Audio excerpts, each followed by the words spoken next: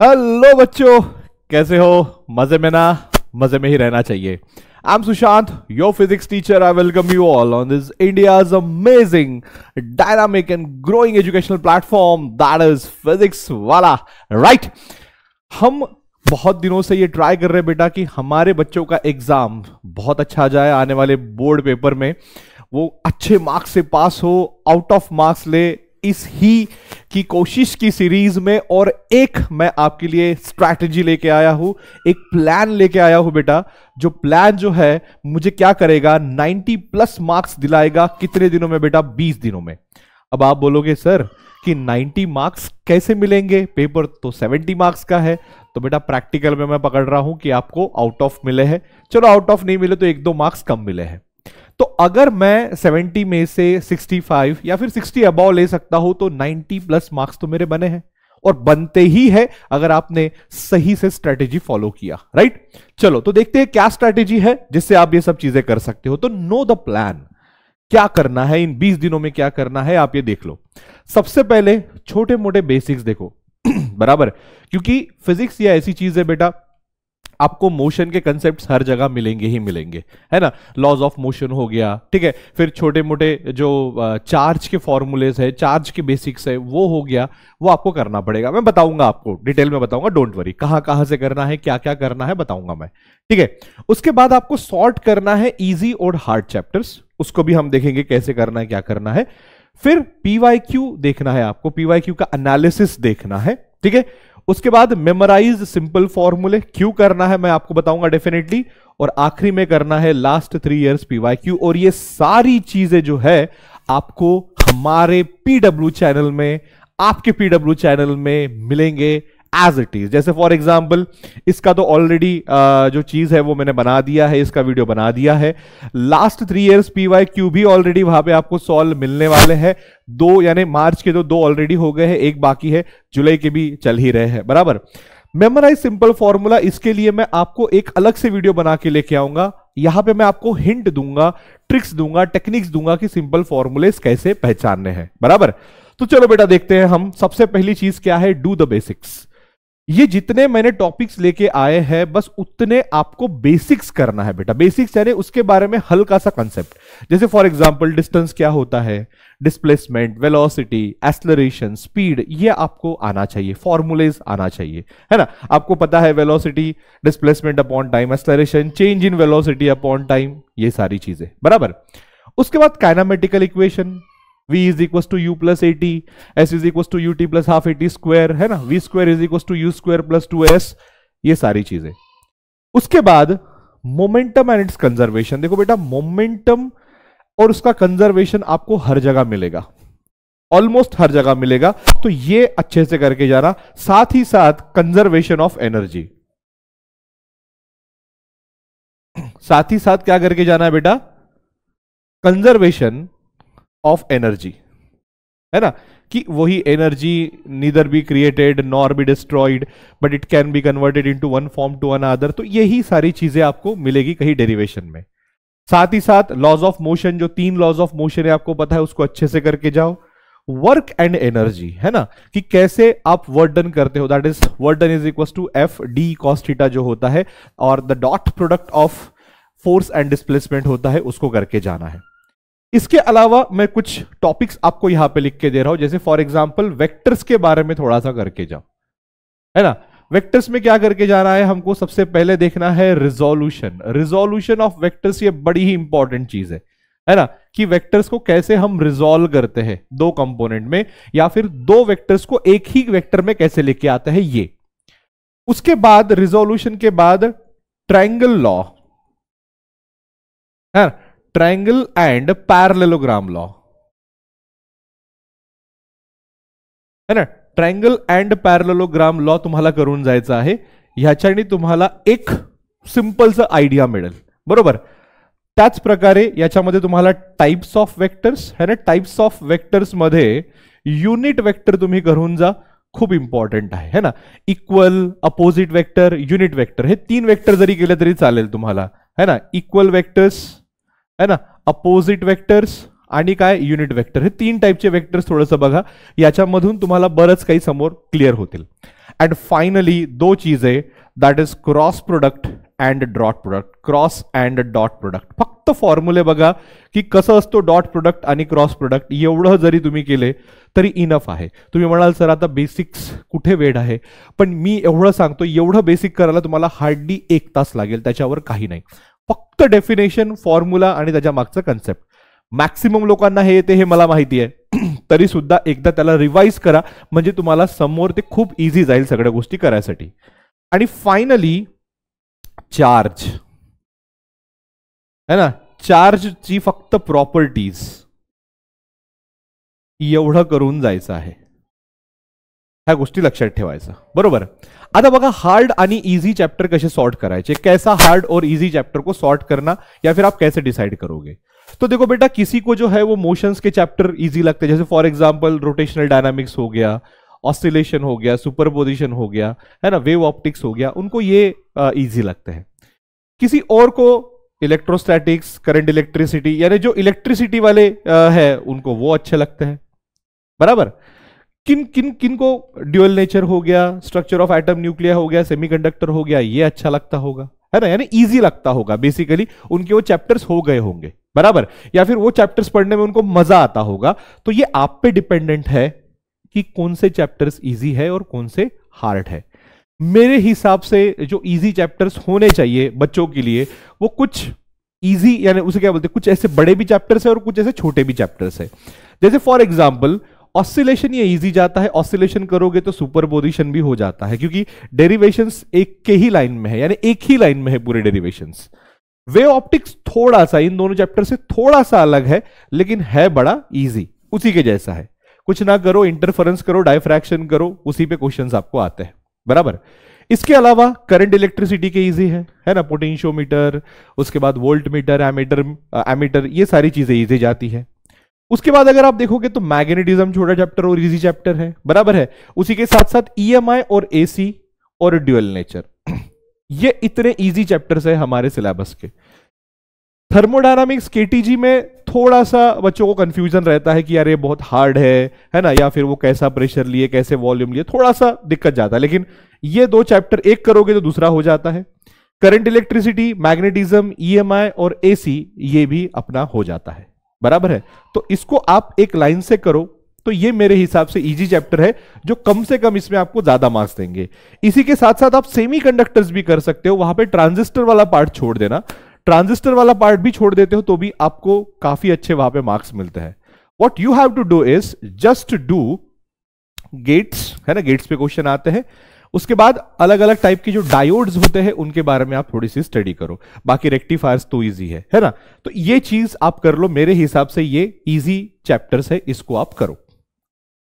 उसके बाद C analysis of PYQ, इसके ऊपर मैंने डिटेल डिस्कशन लिया है कि आपको पीवाईक्यू एनालिसिस कैसे करना है. मैंने वीडियो दिया है ना, कि ट्रेंड एनालिसिस करके वीडियो है, और वहां पे मैंने आपको 5 से 6 चैप्टर्स के जो नाम है वो मैंने बताए हैं, है ना. जैसे सबसे पहले मैंने आपको बताया था मैकेनिकल प्रॉपर्टीज ऑफ फ्लूइड्स, कि अगर आप ये चैप्टर करते हो, है ना, मैकेनिकल प्रॉपर्टीज ऑफ फ्लूइड, ये हो गया पहला, ठीक है. दूसरा हो जाता है तुम्हारा KTG, okay, kinetic theory of gases and radiation, बराबर है. तीसरा है आपका थर्मोडायनामिक्स,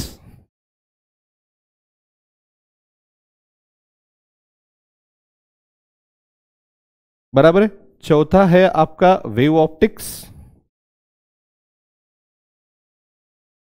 बराबर है. और पांचवा है आपका EMI, that is electromagnetic induction. अगर आप इतने चैप्टर्स करते हो तो आपके 4 मार्क्स में जो बड़े बड़े क्वेश्चंस है, 3 मार्क्स के जो बड़े बड़े क्वेश्चंस है, that will be taken care of. यानी इन्हीं चैप्टर से आपको मैक्सिमम क्वेश्चंस मिलते हैं. अगर आप देखो बेटा, यहां पे जो मैंने लिखा है, ये चैप्टर देखो विद ऑप्शंस कितने मार्क्स के लिए आ रहे हैं अपने पास. ये देखो, ये 7, ये 7 और ये भी 7, तो 7 या 21, तो यही हो गया ऑप्शन के साथ. उसके बाद वेव ऑप्टिक्स बताया मैंने 7, है ना, ये हो गया 28, और ईएमआई देखो 7, 35, यानी 35 मार्क के क्वेश्चन आपके इन 5 चैप्टर से आ रहे हैं, और वही पहले आपको करने हैं. That will give you good marks. So rotational dynamics नहीं करने हैं क्या? रोटेशनल डायनामिक्स के क्वेश्चंस आपको 4 मार्कर क्वेश्चंस में बड़े कम आते हैं। ये जो मैंने 5 चैप्टर करवा के दिए, यहां से आपको ज्यादा क्वेश्चंस आते हैं। इसका डिटेल डिस्कशन मैंने पीवाईक्यू एनालिसिस, ट्रेंड एनालिसिस में लिया है, उसके थ्रू आप जाओ। एक बार उसके थ्रू आप जाओगे तो आपको समझ में आएगा कि ये चैप्टर जो है ये बड़े इंपॉर्टेंट चैप्टर्स है। ये चैप्टर्स को कर डाला तो लाइफ झिंगा लाला, 35 मार्क्स आपके हाथ में है। और एक बात ध्यान में लो, जो हमारे 1 मार्कर क्वेश्चन होते हैं, चाहे वो पीवाईक्यू हो या फिर चाहे वो 1 लाइनर आंसर हो, वो बड़े इजीली आपको आ जाएंगे एग्जाम हॉल में। समझ रहे हो मैं क्या बोल रहा हूं? बड़े इजीली आ जाएंगे, बड़े इजीली वो मैनेज हो जाते हैं, बराबर है। तो वो 18 मार्क्स पकड़ो और ये 35 पकड़ लो। 18 और 35 कितने हो गए? लगाओ। 18 में 35 में 10 मिलाओ 45, 45 में आपके 8 मिला दो तो कितने हो गए? 53। 53 मार्क्स जो है वो आपके इन 5 चैप्टर में से ही कवर हो जाते हैं। समझ में आ गया? अब बचे कितने मार्क्स? हमको 7 से 8 मार्क्स कवर करने हैं, बराबर। अब देखो, एक ध्यान में रखना, जो हमारा पहला सेक्शन होता है जिसमें 1 मार्कर होता है, उसमें जो एमसीक्यू आते हैं वो बड़े ही इजी लेवल के आते हैं। यानी बहुत ही सिंपल फॉर्मूले से वो क्वेश्चंस पूछे जाते हैं, बड़े बड़े फॉर्मूले से नहीं, सिंपल फॉर्मूले से क्वेश्चन पूछे जाते हैं। इसके अलावा मान लो कि आप क्या बोलते, कहीं जैसा 4 मार्कर का क्वेश्चन है तो पूरा का पूरा कभी कभी थ्योरी नहीं आता, उसमें भी छोटे छोटे क्वेश्चंस आते हैं, 1 मार्क के 2 मार्क के क्वेश्चंस आते हैं। और जो 2 मार्कर है उनमें भी एकदम से बड़े कैलकुलेशन वाले नहीं आते। 3 मार्क्स के लिए और 4 मार्क्स के लिए अगर पूरा क्वेश्चन पूछते हैं न्यूमेरिकल तो उसमें आता है। तो बेसिकली अगर मान लो ये पॉइंट ऑफ टाइम पे आपको ज्यादा फॉर्मूलेज नहीं लर्न हो रहे तो आप सिंपल करो। जैसे फॉर एग्जांपल मैं पहले चैप्टर की बात करूंगा, कौन से? रोटेशनल डायनामिक्स की। तो रोटेशनल डायनामिक्स में आप ऐसा लिख सकते हो, यानी आप कौन से फॉर्मूले कर सकते हो, ठीक है। अब रोटेशनल डायनामिक्स में देखो बेटा, इंपॉर्टेंट फॉर्मूले सबसे ज्यादा होते हैं हमारे मोमेंट ऑफ इनर्शिया के, बराबर। तो आप moment of inertia of ring करो, है ना, आई ऑफ रिंग करो, कितना होता है? दैट इज mr², बराबर। उसके बाद आप डिस्क करो, वो कितना होता है? mr²/2। ये 2 फॉर्मूले तो आपको मिनिमम आना ही चाहिए, है ना। इसके अलावा रॉड का आना चाहिए, स्पीयर का आना चाहिए, लेकिन ये तो आना ही चाहिए। तो ऐसे बेसिक फॉर्मूले जो है वो आपको आना चाहिए, है ना। और जैसे फॉर एग्जांपल हो गया v = √rg tan थीटा, है ना, safe speed on the bank road. समझ में आ रहा है? ये आपको आना चाहिए। उसके बाद सिंपल फॉर्मूले और कौन से हैं? वर्टिकल सर्कुलर मोशन, है ना, कि अलग अलग जगह पे अलग अलग कितना वेलोसिटी होता है। तो टॉप पॉइंट पे होता है √rg, बराबर है। मिडल पोजीशन पे होता है √3rg। तो ये जो छोटे छोटे फॉर्मूले हैं, ये ऐसा बिल्कुल सिंपल 2-3 टर्म्स वाले, उसको कर लो। उसको कर लोगे तो बड़ा ही इंपॉर्टेंट, यानी बहुत ही इजी तरीके से आपको मार्क्स मिल जाएगा, है ना। उसी के साथ साथ टॉर्क = I α वाला फॉर्मूला आपको पता होगा, बराबर। एंगुलर मोमेंटम L = होता है I ω, है ना। V = R ω। तो ये जो छोटे छोटे फॉर्मूलेज है ये आप ऐसे ही करो। ये मैं जस्ट आपको एक एग्जांपल बता रहा हूं रोटेशनल डायनामिक्स का, तो आप उतना कर लेना, that will be more than enough, बराबर है। तो ऐसे ही बाकी के भी चैप्टर्स के देखो, जो बिल्कुल सिंपल फॉर्मूलेज हो, सिंपल फॉर्मूले उसको उठाओ और उसको कर दो।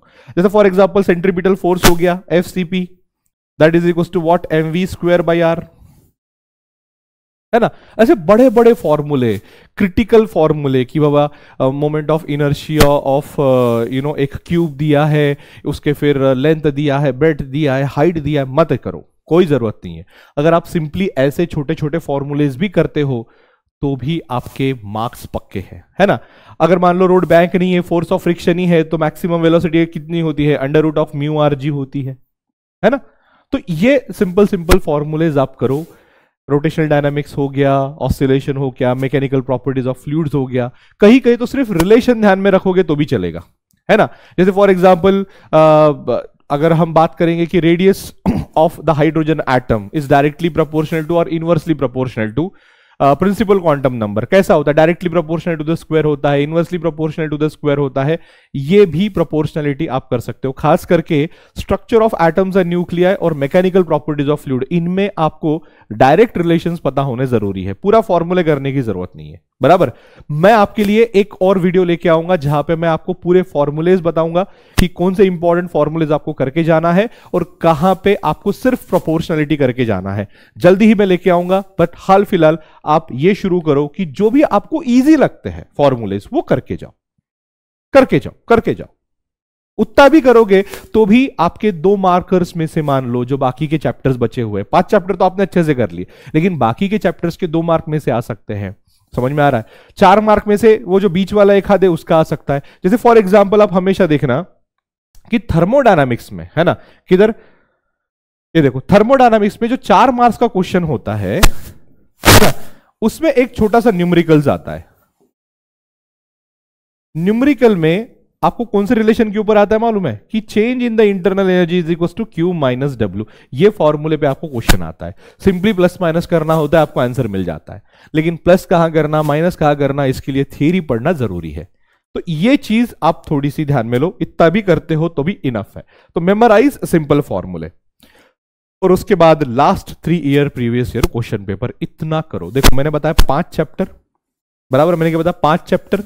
उसके बाद सिंपल फॉर्मूलेस जो आप इजीली लर्न कर सकते हो 2-3 टर्म वाले, और आखिरी 3 प्रीवियस ईयर क्वेश्चन पेपर्स, है ना। यानी जैसे फॉर एग्जांपल रेगुलर में, रेगुलर पेपर्स, मैं रिपीट वाला नहीं बोल रहा हूं, रेगुलर पेपर्स आप करके जाओ। जैसे फॉर एग्जांपल हो गया 2024 का करके जाओ, बराबर है। उसके बाद 2023 का करके जाओ। ये दोनों पेपर मैंने ऑलरेडी डिस्कस किए हैं।